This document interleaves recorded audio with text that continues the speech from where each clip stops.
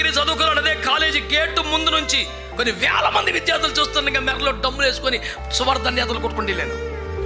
తెల్లారిపోతుంది కాలేజీకి వెళ్తే రే మంగళోడు వచ్చాడరా, రే బ్యాండ్ మేళ వచ్చాడరా, రే మాదిగోడు వచ్చాడరా, నా చుట్టూ నిలబడి రకరకాల కామెంట్ చేశారు. నేను చాలా కాంప్లిమెంట్గా ఫీల్ అయ్యాను. నేను సేవకు వచ్చే నాటికి ఏ కృపావరాలు పొందినవాడిని కాదు. గట్టిగా అరగంట వాక్యం చెప్పటం రాదు. వెళ్ళబో అని చెప్తే దేవుడు వెళ్ళిపోయిన సేవకి. బైబిల్ ట్రైనింగ్ లేవు. పరిచర్య చేయటం, దైవజనుల బట్టలు ఉతకటం, షూ పాలిష్ చేయటం, మందిరాలు తొడవటం, కార్పెట్లు ఉతకటం, ఇవన్నీ నెంబర్ వన్ వచ్చు. వాక్యం చెప్పటం రాదు. మొక్కలు ఎత్తే సోరం అయిపోయేది ఎడుతున్నాడు అని. నాకు బాగా పాటలు పాడటం రాదు, డ్రమ్ము కొడతాం తప్ప ఏ వరాలు లేవు. కనీసం అరగంట వాక్యం చెప్తున్నాను. ఎందుకు పిలిచావు సేవకి? నాకు వాక్యం చెప్పడం కూడా రావట్లేదు. కింద మోకరించి అయ్యా చిన్న ప్రార్థన చేయండి అని అడిగితే ఆయన నాకు చాలా నీరసంగా ఉంది బాబు, ఓపిక లేదు ఆ నిర్వాహకులు వచ్చి బాబా ఇబ్బంది పడలేక అని నా రెక్కబట్టుకుని లాగేశారు. అక్కడి నుంచి ఏడుచుకుంటూ వచ్చా.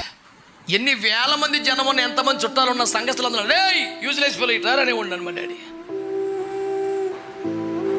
రే పనికి మానోడా, రే రారాయిటో అనేవాడు. నన్ను పిలిపే అది.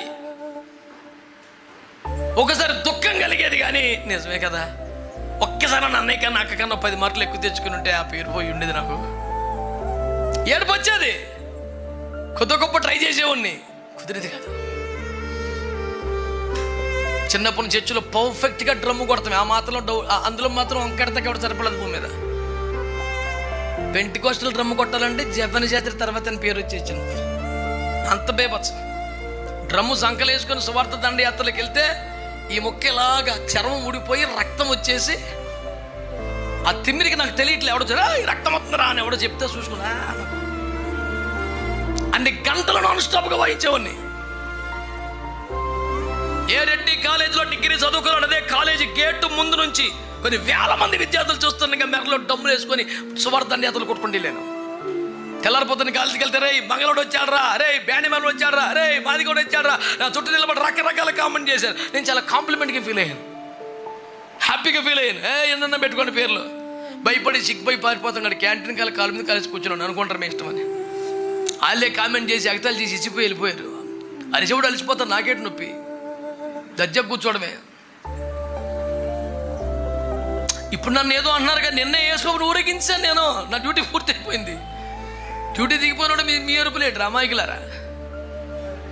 నిన్నే దిగిపోయిన డ్యూటీ నేను, దేవునికి స్తోత్రం. మళ్ళీ డ్యూటీ ఎక్కినప్పుడు మళ్ళీ సేమ్ డిపార్ట్మెంట్, ఏం భయం ఏమీ లేదు.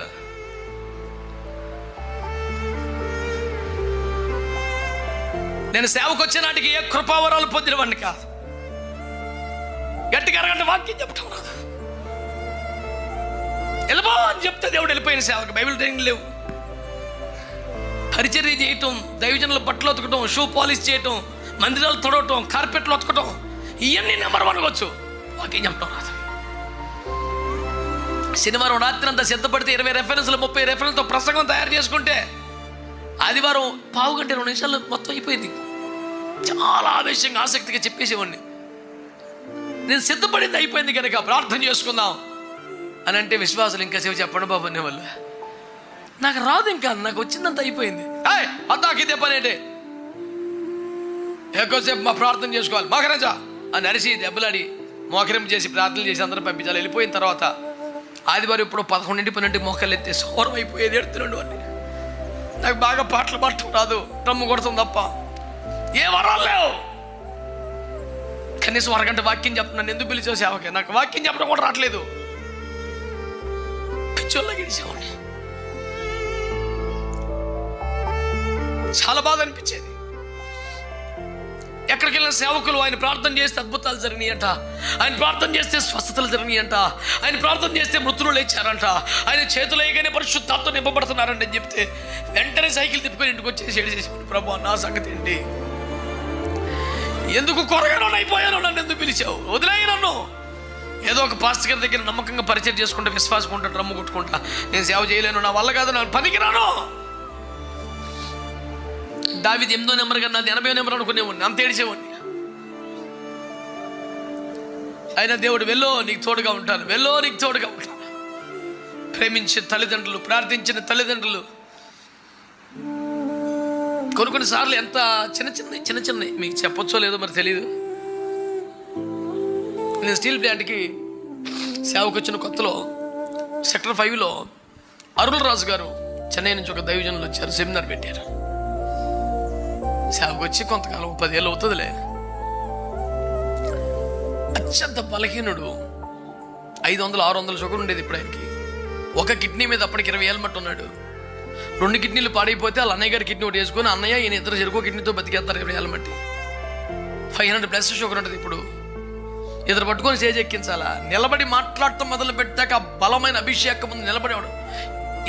పెద్ద పెద్ద మనుషులు మొదలకి చెట్ల కుప్పుకొలిపోయిన అభిషేకం ఇక్కడ నుంచి ఎగిరం దూరం పడేవాళ్ళు, అంత ప్రభావంతో వాడబడేవాడు. ఒకసారి సిటీలో పెడితే ఇలా చాలా శక్తివంతంగా వాడబడ్డారు. టౌన్షిప్లో పెట్టారు, వెళ్తే వెళ్ళా చాలా మంచిగా వాడబడ్డారు. అంత కూటమైపోయాక ఇంత గొప్ప దైవజనుడు కదా, ఒకసారి ఆయనతో ప్రార్థన చేయించుకుందాం అని మెల్లిగా స్టేజ్ మీదకి. అప్పటికి స్టేజ్ మీద పాస్టర్లు ఉన్నారు. ఆ మీటింగ్ పెట్టిన పాస్టర్లు అందరూ కూడా నేను తెలుసు. పిలిచారు, స్టేజ్ మీద ఉంచారు, ఏదో ప్రార్థన ఇది ఇచ్చారు. ఆయన దగ్గరికి వెళ్ళి కుర్చీలో కూర్చుంటే కింద మోకరించి అయ్యా చిన్న ప్రార్థన చేయండి అని అడిగితే ఆయన నాకు చాలా నీరసంగా ఉంది బాబు, ఓపిక లేదు, I'm tired, I cannot pray now అన్నాడు. నేను ఇంకా బ్రతిమాలుతున్నా, ఒకసారి ఇట్లానే వెళ్ళిపోతాను ఆ నిర్వాహకులు వచ్చి బాబాయ్ ఇబ్బంది పడలేగా అని నా రెక్క పట్టుకుని లాగేశారు. అక్కడి నుంచి ఏడ్చుకుంటూ ఇంటికి వచ్చా.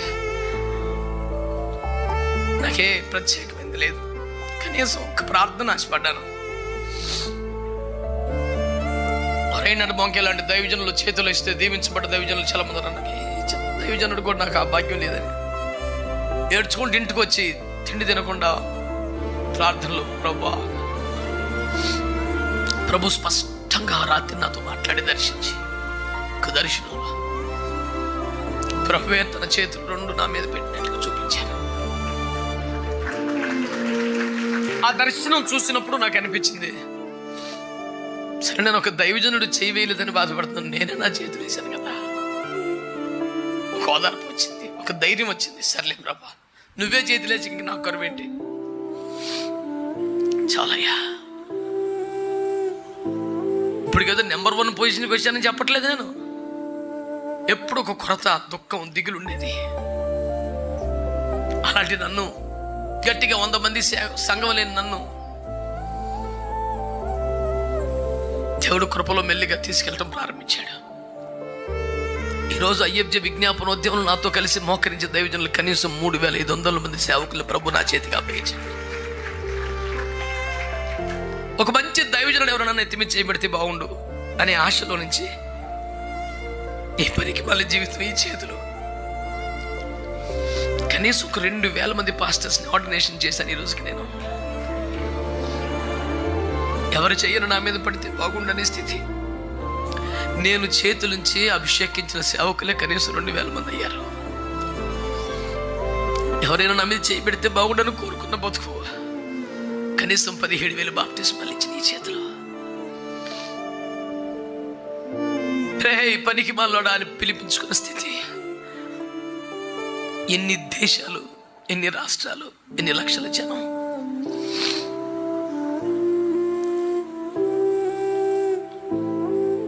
నీ వెనుకబడతనం, నీ ఓటమి, నీ వైఫల్యం, నీ ఫెయిల్యూర్ అన్నీ నిజమై ఉండొచ్చు. జనం నేను తిట్టే తిట్లు నిజమై ఉండొచ్చు. కానీ వీటన్నిటికంటే నిజం ఇంకొకటి ఉంది. God can change your number, God can change your position. నిన్ను తీసుకెళ్ళి తాను కోరిన స్థానంలో ప్రభు పెట్టగలడా? ఎంతమంది గట్టిగా ఆమె నేను చెప్తారా? హల్లెలూయా, హల్లెలూయా. నా బ్రతుకులో నుంచి, నా జీవితంలో నుంచి నా ప్రభు లోకానికి కనపడాలి. ఈ ఒక్క ఆశ మనసులో పెట్టుకోచాలా, ఈ ఒక్క ఆశ మనసులో పెట్టుకోచాలా. ఇప్పటికే జీవితం చాలా ఖర్చు అయిపోయింది, చాలా వేస్ట్ అయిపోయింది. భార్య కోసం బతికావు, భర్త కోసం బతికావు, బిడ్డల కోసం బ్రతికావు, నీకున్న బాధ్యతల కోసం బ్రతికావు. దేవుని కోసం ఎప్పుడు బతుకుతావు? నీ మరణం నీకు తెలుసా? ప్రభు రాకడ నీకు తెలుసా? నా కుమారుడా, నా బిడ్డ, నా కొరకు ఏం చేసావని రేపొద్దున ప్రభు అడిగితే చర్చికి వెళ్ళాను ప్రభు, దశంభాగం ఇచ్చాను ప్రభు అని చెప్తావా? ఇంతేనా నీ సాక్ష్యం? నా కొరకు ఏం చేసావు కొడుక అంటే నీ దగ్గర సాక్ష్యం ఏది నాన్న? నాలాంటి వాడి దగ్గర ఏదో ఆంతర్ చెప్పేసి నువ్వు చలమనైపోవచ్చు. క్రీస్తు న్యాయపీఠం ముందు ఏది పడితే అది చెల్లదు.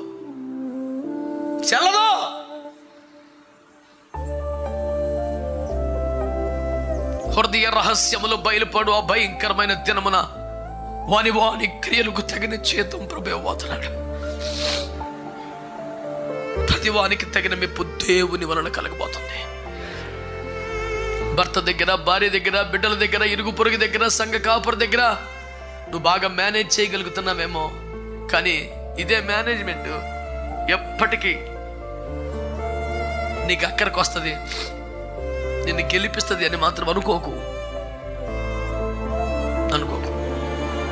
ఒక దినం అవేమి చెల్లని రోజులు వస్తుంది.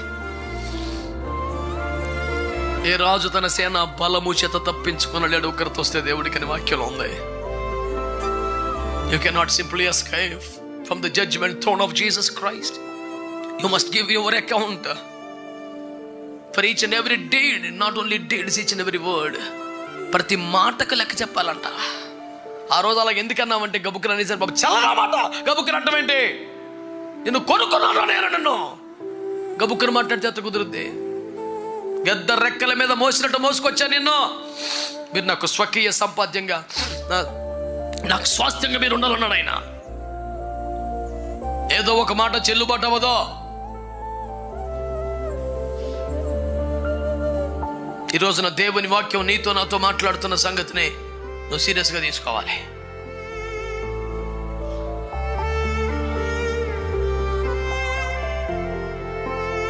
రోషం కలిగి స్వరమైతే ఆన్సర్ చెప్పండి. జ్యేష్ఠత్వమా భ్రష్టత్వమా? జ్యేష్ఠత్వం అంటే ఏంటి? పదవి కాదు, పెద్దరికం కాదు, మొదటి స్థానం అనే హడావడి కాదు. క్రీస్తును లోకానికి చూపించగలిగిన ఒక భాగ్యం జ్యేష్ఠత్వం అంటే. దానికోసం ప్రయాసపడవా? దానికోసం ప్రయత్నం చేయవా? దానికోసం కృషి చేయవా?